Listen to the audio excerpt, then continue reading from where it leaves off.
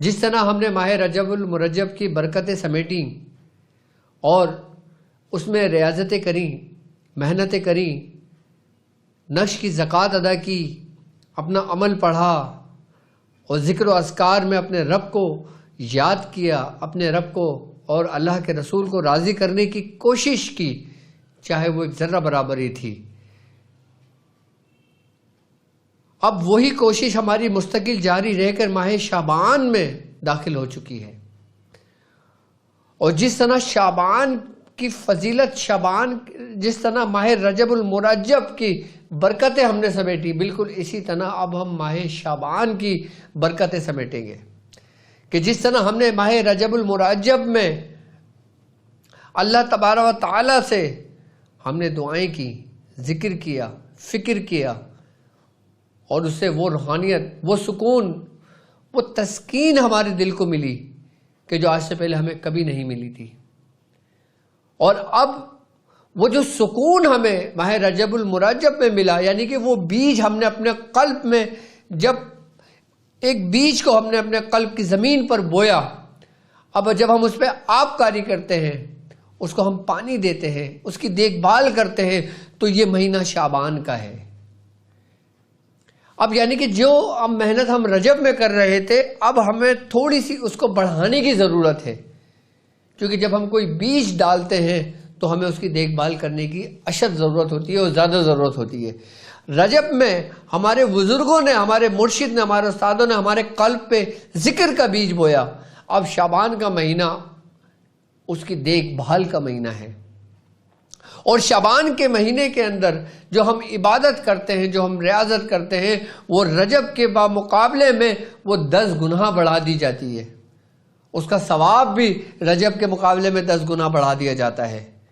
اور شعبان میں اللہ تبارک و تعالیٰ اپنے خزانوں کا منہ کھول دیتا ہے، شعبان میں اللہ تبارک و تعالیٰ کی رحمت جوش مارتی ہے، شعبان میں اللہ تبارک و تعالیٰ جو برکت روح زمین پر نازل کرتا ہے وہ کسی اور مہینے میں دیکھنے میں نہیں آتی، کیونکہ شعبان میں وہ مہینہ ہے کہ جس کے بارے میں رسول اللہ صلی اللہ علیہ وآلہ وسلم کا فرمان عالی شان ہے کہ شعبان میرا مہینہ ہے، یعنی کہ رب کے محبوب کا مہینہ ہے، اور جو رب کے محبوب کا مہینہ ہو تو رب اس مہینے میں اپنی نعمتوں کو کمال عروج عطا کرتا ہے۔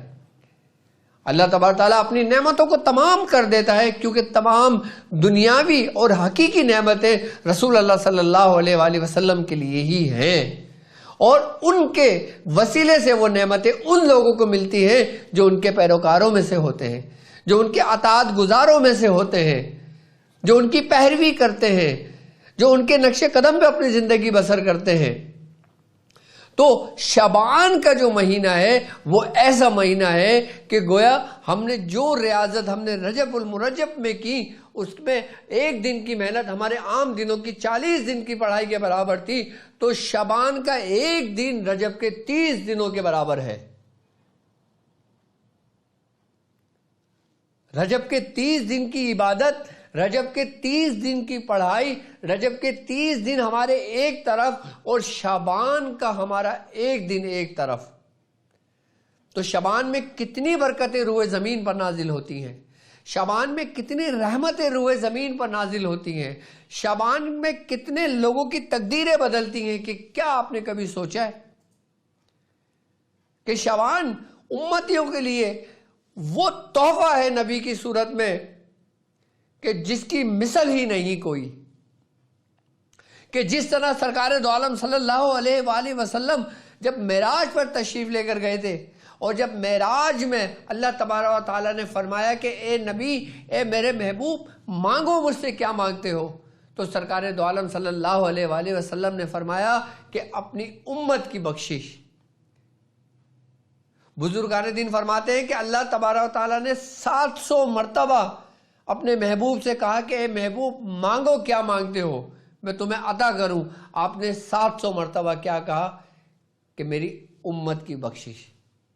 اب یہاں پہ یہ غور و فکر کی بات ہے کہ جو نبی تحفہ لے کر آئے ماہ رجب المرجب معراج کے مہینے میں، اب وہ جو تحائف لے کر آئے، وہ نعمتیں جو لے کر آئے، جو اس سے پہلے کائنات میں اس روح زمین پر وہ نعمتیں کبھی نازل نہیں ہوئی تھیں، تو اب اس نعمتوں کو ملنے کا مہینہ، اور وہ نعمتیں جو رسول اللہ صلی اللہ علیہ وآلہ وسلم کے لیے مخصوص تھیں، آپ نے ان نعمتوں کو بھی اپنے امتیوں پہ نچھاور کر دی۔ تو شعبان کا مہینہ وہ مہینہ ہے کہ جس میں رسول اللہ صلی اللہ علیہ وآلہ وسلم معراج کے مہینے میں جو امانتیں لے کر آئے تھے، جو برکتیں لے کر آئے تھے، جو رحمتیں لے کر آئے تھے، جو نعمتیں لے کر آئے تھے، شعبان کے مہینے میں سرکار دو عالم صلی اللہ علیہ وآلہ وسلم نے یہ سب کچھ اپنی امت پر نچھاور کیے، اپنی امت کو عطا کیا۔ تو شعبان کے مہینے کی فضیلت رجب کے مقابلے میں اس لیے اہمیت کی حامل ہے کیونکہ اس میں رسول اللہ صلی اللہ علیہ وآلہ وسلم نے اپنے سینہ مبارک کو اپنی امتیوں کے لیے کھول دیا تھا۔ اس لیے شعبان کی جو برکت ہے وہ زیادہ ہے، وہ بہت اہمیت ہے، لیکن بشرط یہ ہے کہ ہم اس کی اہمیت کو جانیں، ہم اس دنوں کی، اس پل کی، اس وقت کی اہمیت کو سمجھیں کہ جو ہم سے ایک ایک لمحے رخصت ہو رہا ہے۔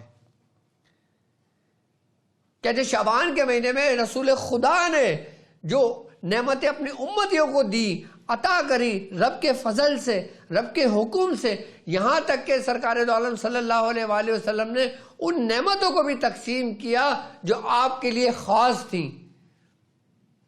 جیسے وہ نعمت حضرت ابوبکر صدیق رضی اللہ تعالیٰ عنہ کے حصے میں آئی، حضرت عمر فاروق رضی اللہ تعالیٰ عنہ کے حصے میں آئی، حضرت عثمان بن عفان رضی اللہ تعالیٰ عنہ کے حصے میں آئی، اور مولا کائنات حضرت علی رضی اللہ تعالیٰ عنہ کے حصے میں آئی۔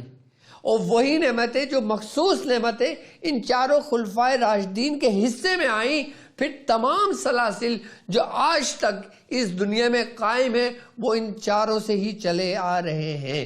پھر وہی نعمتیں حضرت ابوبکر صدیق رضی اللہ تعالیٰ عنہ نے حضرت بلال حبشی رضی اللہ تعالیٰ عنہ کو عطا فرمایا، اور پھر ترتیب وار جو چلا آ رہا ہے جیسے نقش بندی سلسلہ، مولا کائنات حضرت علی رضی اللہ تعالیٰ عنہ سے جو سلسلہ چلا آ رہا ہے، جیسے آپ نے امام حسن بصری رحمۃ اللہ علیہ کو عطا فرمایا، امام حسین علی مقام کو عطا فرمایا، اور پھر جب ان سے سلسلہ آ رہا ہے جیسے قلندری سلسلہ، قادریہ سلسلہ، ابو العلائی سلسلہ، تو وہ نعمتیں کہ جو رسول خدا نے ہم اپنے چاروں خلفائے راشدین کو بالخصوص عطا کی، پھر انہی نعمتوں کے حصوں میں سے پھر اولیاء کرام کے حصے میں آئے، پھر وہی حصہ تقسیم ہوتے ہوتے یہ تقسیم قیامت تک جاری رہے گی، ان لوگوں کے حصوں میں آئے گا جو ان کی کڑی سے جڑے ہوئے ہیں،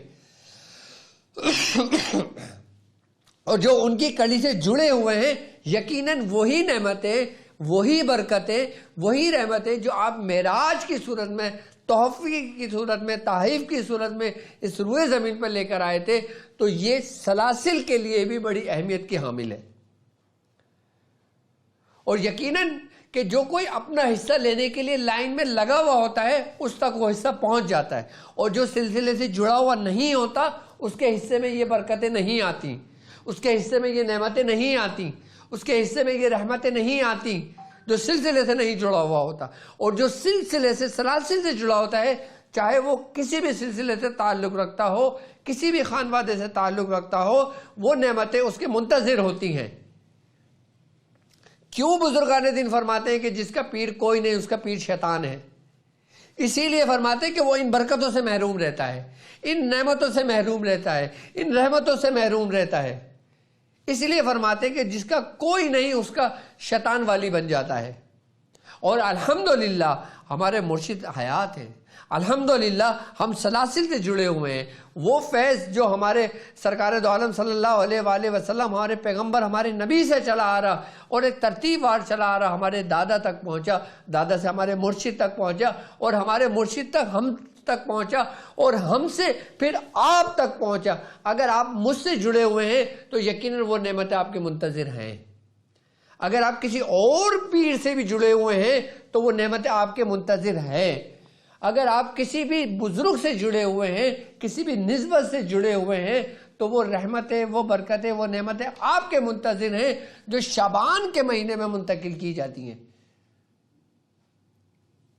تو شعبان کا مہینہ کتنی اہمیت کا حامل ہوگا, شعبان کا مہینہ کتنی برکتوں والا ہوگا, کہ شعبان کا مہینہ کتنی رحمتوں والا ہوگا, کہ جس کا والی رحمت للعالمین ہے. شعبان ایسے ہی ہے کہ جیسے گویا سرکار دو عالم صلی اللہ علیہ وآلہ وسلم کی وہ نبوت کا فیض, وہ نبوت کے سمجھ لو کہ وہ نبوت کا جو جز, نبوت تو ختم ہو گئی لیکن اس کی جو نعمتیں تھیں وہ تو برقرار ہیں نا, وہ جو نبوت کی برکت تھی وہ تو برقرار ہے نا. پھر وہی نبوت کی برکتیں, وہی نبوت کی رحمتیں پھر وہ ولایت کی صورت میں منتقل کر دی گئی.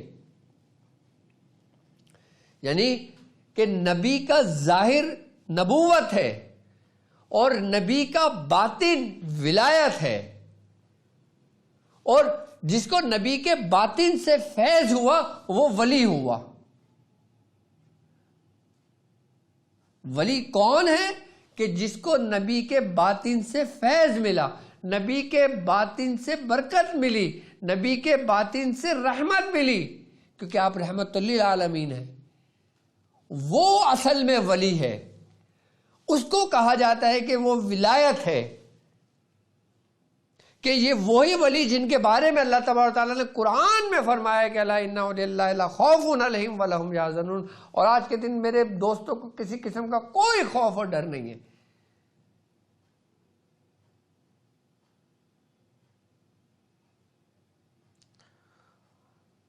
اور ولایت کے لیے, ولی کے لیے انہی لوگوں کو چنا جاتا ہے جو باقاعدہ طور پہ سلسلے سے جڑے ہوئے ہوتے ہیں, اور جو سلسلے سے جڑے ہوئے نہیں ہوتے وہ بھی ولی ہوتے ہیں. لیکن ان کا والی کون ہوتا ہے؟ دیکھو ولی دو ہیں. انسان کسی صورت سے باہر نہیں ہے. ایک صورت ایسی ہے جو ہے کیا, کہ انسان اگر اپنے بزرگوں سے جڑا ہوا ہے, اپنے محبوب سے جڑا ہوا ہے, اپنے نبی کی تعلیمات سے جڑا ہوا ہے تو وہ اللہ کا دوست ہے. اور اگر انسان اپنے محبوب کی تعلیمات سے جڑا ہوا نہیں ہے, وہ سلسلے سے جڑا ہوا نہیں ہے, تو پھر وہ شیطان کا دوست ہے. اللہ الولی الذین آمنوا یخرجوا من ظلمات الی النور. اور اللہ کے دوست وہ ہیں جو اندھیرے سے نکال کے روشنی میں لے آتے ہیں. والذین کفروا اولیاءہم طاغوت یخرجوا من نور. اور شیطان کے دوست وہ ہیں جو روشنی سے نکال کے اندھیرے میں لے جاتے ہیں. آ گئے وہی ولی, وہی دوست. اب آپ دیکھو آپ کس صف میں موجود ہو. اگر آپ اللہ اور اس کی رسول کی تعلیمات کے مطابق اس سلسلے سے جڑے ہو جس سے جڑنے کا تمہیں حکم دیا گیا ہے, کہ جس کے بارے میں کہا گیا ہے کہ اور اللہ کی رسی کو مضبوطی سے تھام لو اور آپس میں تفرقہ پیدا نہ کرو.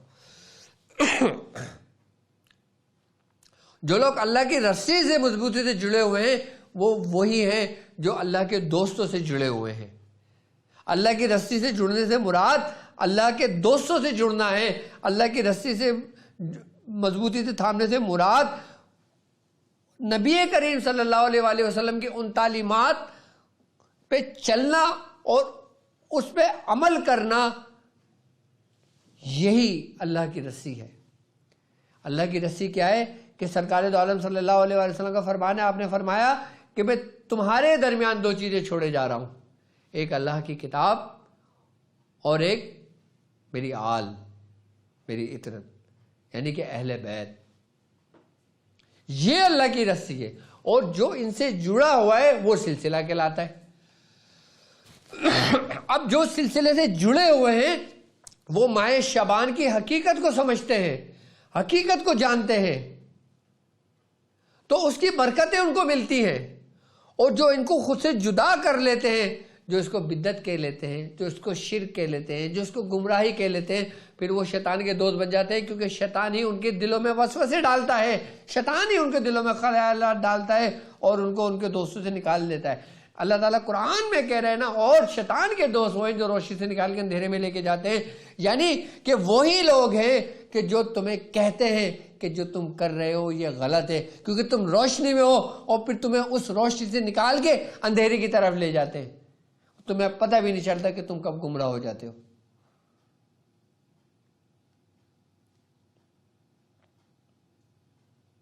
اب ماہ شعبان کہ جس میں ہم داخل ہوئے ہیں، کیوں نہ ان برکتوں کو بھی سمیٹیں جو ہمارے حصے میں، جو ہماری میراث ہے۔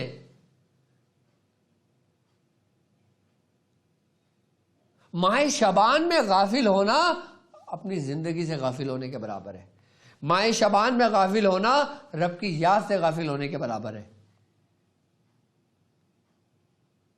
اس لیے اولیاء کرام فرماتے ہیں کہ جو شخص ماہ شعبان میں سورہ مزمل شریف کا اہتمام کرتا ہے، جو شخص ماہ رمضان المبارک میں ان آیات کا ذکر کرتا ہے، ان آیات کو پڑھتا ہے کہ جن آیات میں رسول اللہ صلی اللہ علیہ وآلہ وسلم کو نعمتوں سے پکارا گیا ہے، القبات سے پکارا گیا ہے، ان کو احسن انداز سے رب نے پکارا ہے، کہ جیسے سورہ توبہ کی آخری دو آیات، کہ جیسے وما ارسلناک الا رحمۃ للعالمین، جیسے ما کان محمد ابا احد من رجالکم ولکن رسول اللہ وخاتم النبیین، کہ جیسے سورہ مدثر، کہ جیسے سورہ یاسین، کہ جیسے سورہ محمد، کہ جیسے سورہ والضحیٰ، کہ جیسے سورہ الم نشرح، کہ جو لوگ اگر ماہ شعبان کے مہینے میں ایسی صورتوں کو پڑھتے ہیں، درود شریف کا اہتمام کرتے ہیں، تو وہ ان نعمتوں کے امین بن جاتے ہیں، کہ اللہ تبارک تعالیٰ وہ نعمتیں ان کو عطا کر دیتا ہے۔ اگر تم ماہ شعبان میں چاہو کہ محتاجگی تمہارے دل سے دور ہو، محتاجگی تمہارے گھر سے دور ہو، تمہارا گھر علم کا گہوارہ بنے، تمہارا گھر علم کا، یہ سمجھ لو کہ روحانیت کا گہوارہ بنے، تمہارے گھر کے اندر، تمہاری اولاد کے اندر نورانیت پیدا ہو، روحانیت پیدا ہو، فرما بردار ہو، تو تم شعبان کے مہینے میں سب سے زیادہ کثرت سے درود پاک پڑھا کرو۔ اور جو شخص ماہ شعبان میں کثرت سے درود پاک کا اہتمام کرتا ہے، اللہ تبارک و تعالیٰ اس کو بخش دیتا ہے۔ اور شعبان میں ایک دن، ایک شب ایسی آتی ہے کہ جو تمام شبوں سے افضل ہوتی ہے۔ پھر ہم اس شب کا ذکر ہم بعد میں کریں گے جب ہم اس شب کے قریب پہنچیں گے، لیکن ابھی ہمارا مقصد صرف اور صرف پورا ماہ شعبان ہے۔ اب اس ماہ شعبان کے مہینے میں ہم جو عمل کرتے ہیں، ہم جو ذکر کرتے ہیں، ہم اللہ کے قریب پہنچ جاتے ہیں۔ ماہ شعبان میں ایک مرتبہ لا الہ الا اللہ کہنا عام دن میں تقریباً 1000 مرتبہ کہنے کے برابر ایک مرتبہ ہے۔ یعنی کہ اگر کوئی شخص 200 مرتبہ لا الہ الا اللہ کہہ رہا ہے تو اس 200 کو آپ 1000 سے ملٹیپلائی کر دیں، آپ نے کتنا ذکر کرا۔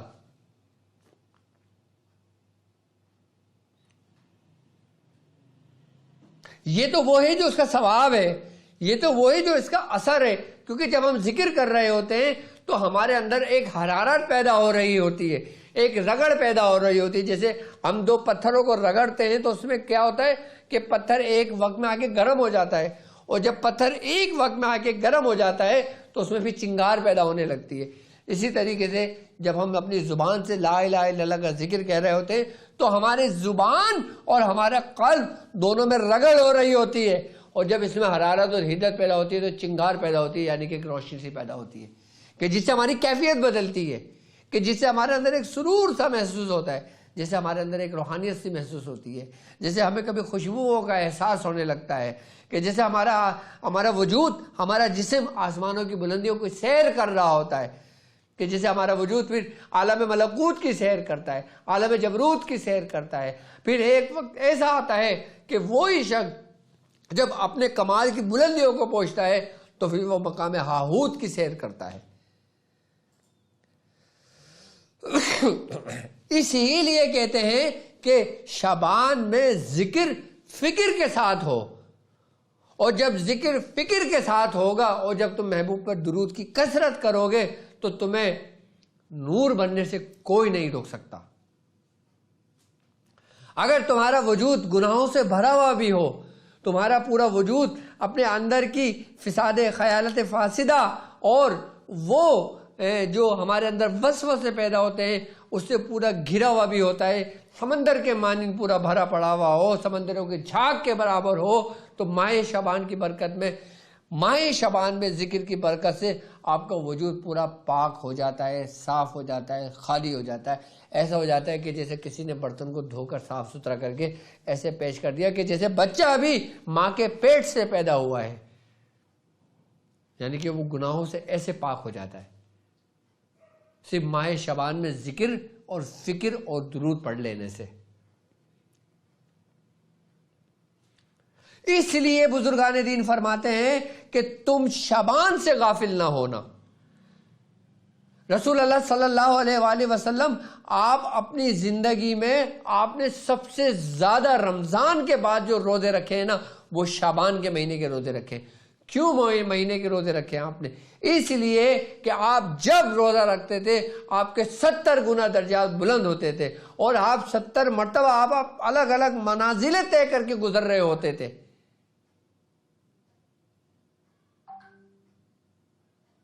اور جب آپ جس منزل سے، جس مقام سے گزرتے تھے اس کی جو برکتیں تھیں، اس کی جو رحمتیں تھیں، اس کی جو نعمتیں تھیں وہ آپ اپنی امتوں میں تقسیم کر دیا کرتے تھے۔ سرکار دو عالم صلی اللہ علیہ وآلہ وسلم نے اپنے لیے کچھ نہیں مانگا، ہمارے نبی نے اپنے لیے کچھ نہیں کرا، ہمارے نبی نے صرف ہمارے لیے کیا جو کچھ بھی کیا۔ ہم نے ان کے لیے کیا کیا؟ ہم نے اگر ان کا نام بھی لیا، اگر ہم نے ان کا درود بھی پڑھا تو اپنے مقصد کے لیے پڑھا کہ ہمیں اس کی برکت مل جائے، ہمیں ہمارا یہ کام ہو جائے، ہمارا یہ ہو جائے، ہمارا وہ ہو جائے۔ کیا ہم نے کبھی سوچا ہے کہ جب ہم مرنے کے بعد جائیں گے اور جب ہم روبرو ہوں گے تو ہم سے پوچھیں گے نہیں کہ تم ہمارے لیے کیا لائے؟ کیا خالی ہاتھ جائیں گے؟ اور جب خالی ہاتھ جائیں گے تو پریشان ہوں گے نا۔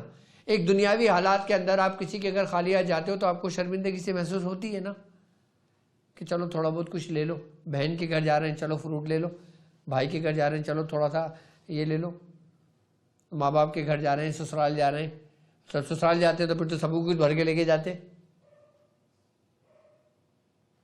تو جب وہاں جائیں گے تو کیا ہے لے کے جائیں گے ہم؟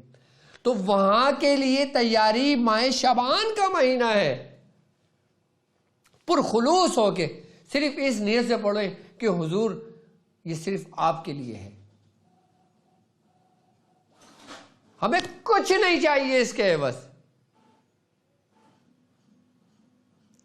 حضور آپ کا غلام آپ کو سلام پیش کرتا ہے بنا کسی مقصد کے، آپ پہ درود بھیجتا ہے بنا کسی مقصد کے۔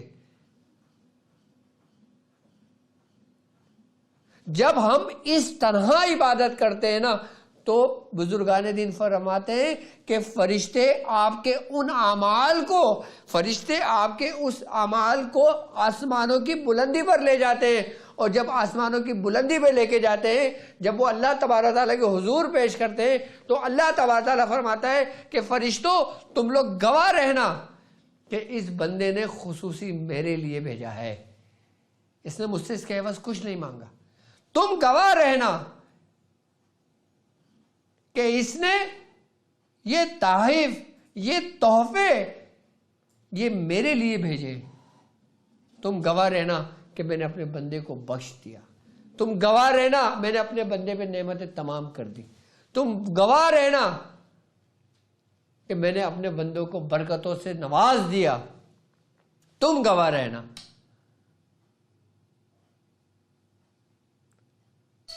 ہم جو بھی عبادت کرتے ہیں، ہم جو بھی ذکر و اذکار کرتے ہیں، جو بھی ریاضت کرتے ہیں، ہمیں اس کا اجر ملنا ہی ملنا ہے، ہم چاہے مانگے نہ مانگے۔ اب ایک شخص قرآن پڑھ رہا ہے، ایک شخص قرآن پڑھ رہا ہے، تو اس کے ساتھ کچھ بھی نہ ہو تو کم از کم اس کو ثواب ضرور ملتا ہے. یہ ہمارا ایمان ہے، ایسا ہی ہے نا. لیکن اب ثواب کے ساتھ ساتھ اگر ہمیں اور بھی کچھ ملنا شروع ہو جائے تو کیا ہی بات ہے. اللہ تبارک تعالیٰ فرماتا ہے نا کہ حل جزاء الاحسان الا احسان، ہر نیکی کا بدلہ نیکی ہی ہے. تم جو بھیجو گے، یہاں تک کہ تم نے جو کچھ بھیجا ہوگا آگے، چاہے وہ ایک ذرے کے برابر ہو، ایک رائی کے دانے کے برابر ہو، تم اس کو بھی دیکھ لو گے. تم نے خیر بھیجا ہے تم خیر دیکھو گے، تم نے شر بھیجا ہے تم شر دیکھو گے، تم نے جو بھیجا ہے تم وہ دیکھو گے.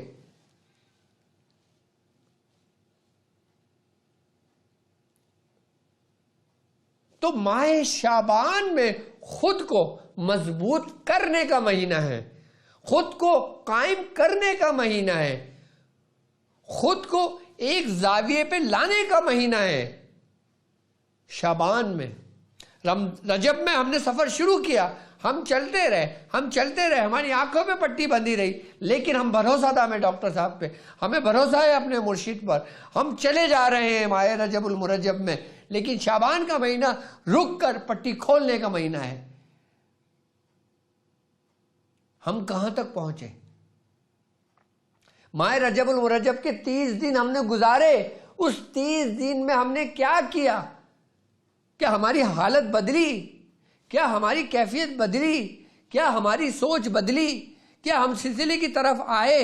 کیا ہم اپنے بزرگوں کی طرف آئے؟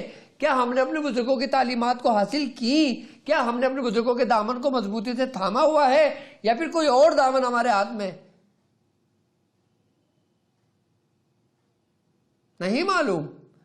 تو ماہ شعبان میں اگر دیکھنا چاہتے ہو، ماہ شعبان میں اپنی گردن جھکا کر اپنے اندر اپنے گریباں میں جھانکنا چاہتے ہو تو دیکھو کہ تم نے کیا کیا. اگر تمہاری حالت بدلی، تمہاری کیفیت بدلی، تمہیں سکون میسر ہوا، تمہیں تسکین جاں ہوئی، تمہیں تسکین قلب ہوا، تو سمجھ جانا کہ تم سیدھے راستے پر ہو، اور اس راستے پر ان لوگوں کے ساتھ ہو کہ جن کے بارے میں کہا گیا ہے صراط الذین انعمت علیہم.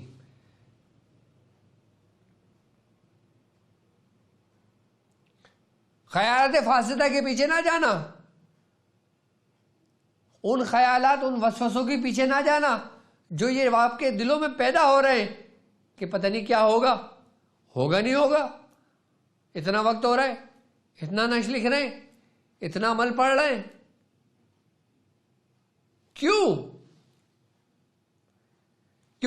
کیونکہ یہ وہی وسوسہ ہے، یہ وہی شیطان کی ضروریت ہے کہ جو تمہیں روشنی سے نکال کر اندھیرے کی طرف لے جائے گی اور تمہیں پتہ بھی نہیں چلے گا.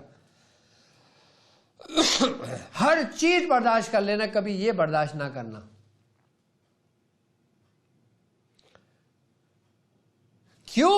کیونکہ گمراہی کا رستے کا جو دروازہ ہے وہ ہے شک.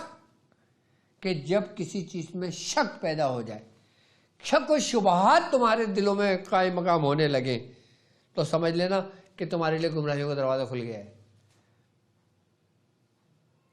کبھی ان تعلیمات پہ شک نہ کرنا جو تمہارے بزرگوں کی ہے، جو تمہارے مرشد کی ہے، جو تمہارے استادوں کی ہے. کیونکہ جو بیج تم نے بویا ہے رجب المرجب میں، اب اس کے پھل کھانے کا وقت قریب ہوگا، تو پھر دیکھا جائے گا کہ کن کن لوگوں نے کس طریقے سے اس کی دیکھ بھال کی ہے، کہ کس میں کیا کیا نعمتیں ظاہر ہوئی ہیں. تو ماہ شعبان میں اپنے آپ کو اور مضبوط کر لو، جتنا رجب میں تھے اس کو ڈبل کر لو. اگر ماہ رجب میں آپ 1 گھنٹہ عبادت میں لگتے تھے تو کوشش کرو ماہ شعبان میں 2 گھنٹے پر آ جاؤ، چلتے پھرتے پر آ جاؤ، اٹھنے بیٹھنے پر آ جاؤ، لیٹنے پر آ جاؤ.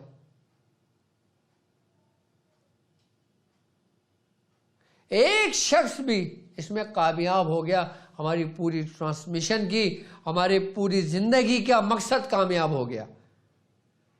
دیکھو شیخ کی محنت کب وصول ہوتی ہے؟ شیخ کی محنت کب رنگ لاتی ہے؟ تمہیں معلوم؟ شیخ کی محنت اس وقت رنگ لاتی ہے کہ جب اس کا مرید اس مقام پہ پہنچتا ہے جس مقام پہ اس کا شیخ اس کو دیکھنا چاہتا ہے۔ دنیا میں باپ ایک وہ واحد ہستی ہوتا ہے جو یہ چاہتا ہے کہ میری اولاد مجھ سے بھی آگے جائے، ورنہ دنیا میں کوئی ہستی ایسی نہیں ہے جو اس وقت موجود ہے کہ جو یہ چاہے کہ مجھ سے بھی آگے جائے۔ تمہارے چچا نہیں چاہیں گے، تمہارے ماموں نہیں چاہیں گے، تمہارے تایا نہیں چاہیں گے، تمہارے دنیاوی استاد نہیں چاہیں گے، لیکن تمہارا باپ ضرور چاہے گا کہ میری اولاد کہ مجھ سے بھی آگے جائے، مجھ سے بھی آگے کا سفر کرے۔ یہ تمہارے باپ کی خواہش ہوتی ہے، اور تمہارا باپ تمہیں ہر اس مشکلات سے نکالتا ہے جو وہ مشکلات خود جھیل چکا ہوتا ہے۔ وہ کبھی بھی ہرگز نہیں چاہے گا کہ جو مصیبتوں سے زندگی اس نے گزاری ہے اس کی اولادیں بھی ایسی زندگی گزاریں۔ کیا آپ چاہو گے؟ جب آپ نہیں چاہو گے اپنی اولاد کے لیے، تو پھر آپ یہ سوچو کہ وہ مرشد جو تمہارے باپ سے بھی 70 گنا افضل ہے، پھر یہ سوچو کہ جو سرکار دو عالم صلی اللہ علیہ وآلہ وسلم کی ذات سب سے زیادہ افضل ہے، کہ یہاں تک کہ رسول خدا صلی اللہ علیہ وآلہ وسلم کا فرمان عالی شان ہے، آپ نے فرمایا کہ تمہارا ایمان اس وقت تک کامل اور مکمل نہیں ہو سکتا کہ جب تک میں تمہیں ہر ایک چیز سے زیادہ محبوب اور عزیز نہ ہو جاؤں۔ تم کامل مسلمان نہیں ہو سکتے، تمہارے اندر ایمان کامل نہیں ہو سکتا۔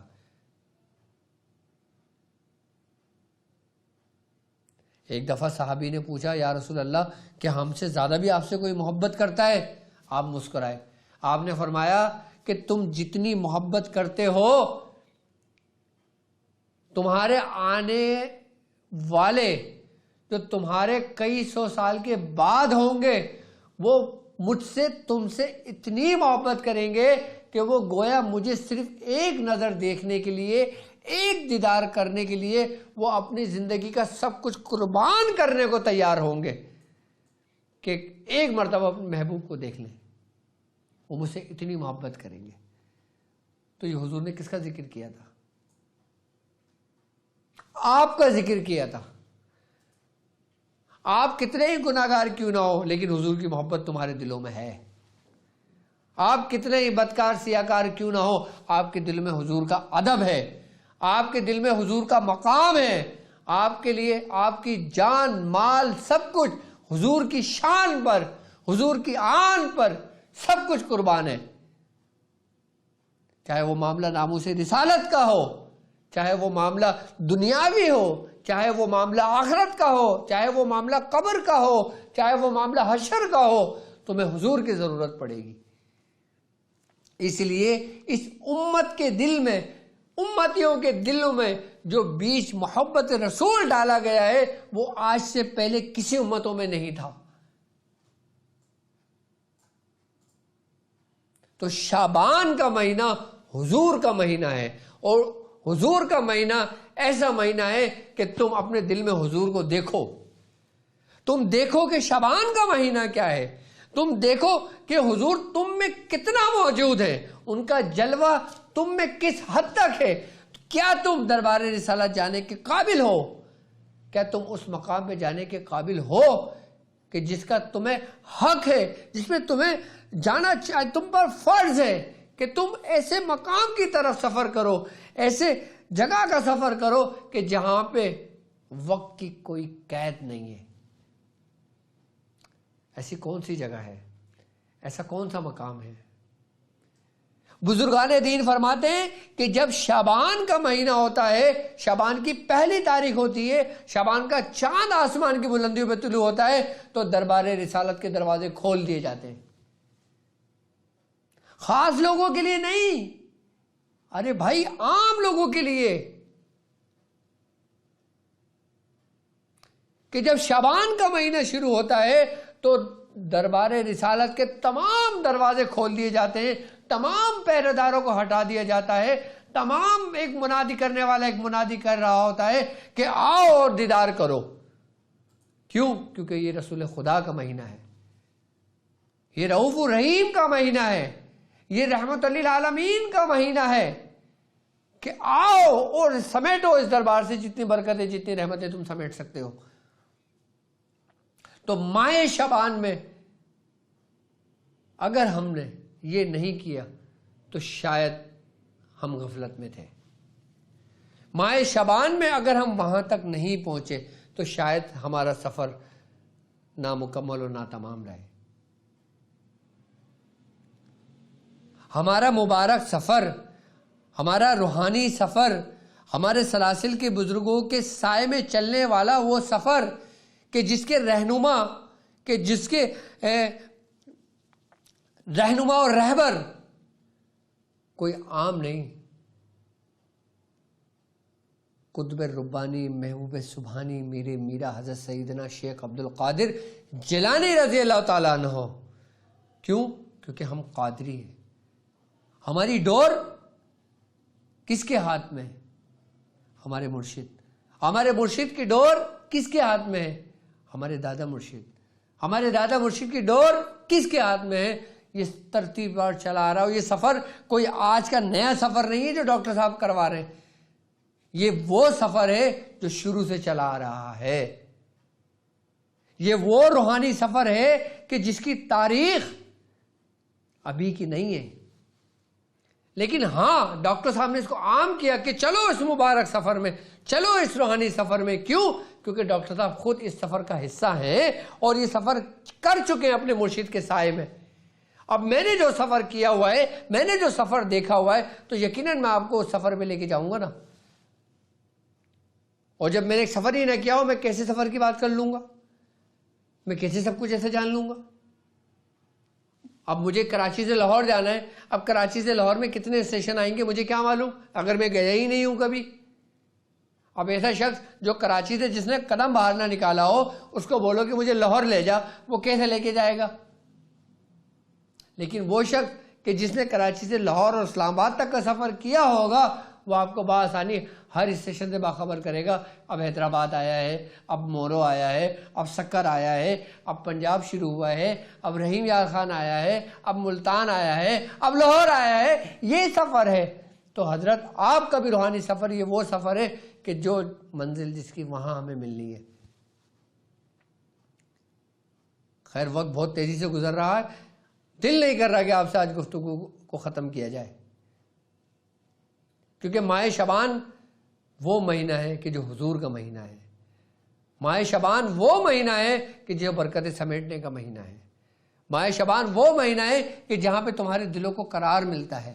ماہ شعبان وہ مہینہ ہے جہاں پہ تمہارے روح کو سکون ملتا ہے، چین ملتا ہے، قرار ملتا ہے. ماہ شعبان وہ مہینہ ہے کہ جس میں لکھا جاتا ہے کہ تم کامیاب ہو، تم جنتی ہو، تمہیں یہ مقام دے دیا گیا، تمہارے رزق میں برکت دے دی گئی، تمہارا رزق بڑھا دیا گیا ہے نا.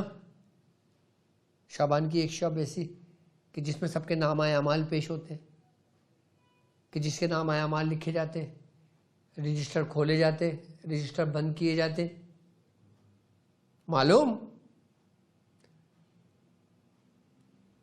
تو بھائی اپنے دلوں کی کتابوں کو کھول دو، اپنے سینوں کو کھول دو اور چلو اس راستے پہ جس راستے کے لیے تم پیدا کیے گئے ہو. کھانا پینا، چلنا، دنیا داری، نوکری، جاب، کاروبار سب چلتا رہے گا. میں اس کو منع نہیں کرتا، اس کو چلاتے رہو، لیکن اس سفر کے لیے بھی چلتے رہو کہ جس سفر کے لیے تم پیدا کیے گئے ہو. سورہ ملک کی پہلی آیت میں ہے نا کہ ہم نے انسان کو کس لیے بنایا، کہ تاکہ ہم دیکھ سکیں کہ کس کے اعمال کیا کیا ہے، کس نے کیا کرا. آ گئی وہی بات کہ تم پیدا ہوئے ہو ایک ایسے سفر کے لیے کہ جس سفر کو تم بھلا بیٹھے ہو. کیوں؟ کیونکہ تمہیں وہ روشنی سے نکال کے اندھیرے میں لے گیا. وہ تمہیں روشنی سے نکال کے اندھیرے میں لے گیا اور تم دیکھتے چلے گئے. لیکن ہمارے دل میں ایک تڑپ ایک ہے کہ جو ہمیں اندھیرے سے نکال کے روشنی میں لے آئے گا. ہمیں یہ یقین ہے, ہمارا یہ ایمان ہے. تو شعبان کا مہینہ وہ مہینہ ہے کہ جس میں برکتیں اپنے عروج پر ہوتی ہیں. تو خدا را اب اس سے غفلت نہ برتنا.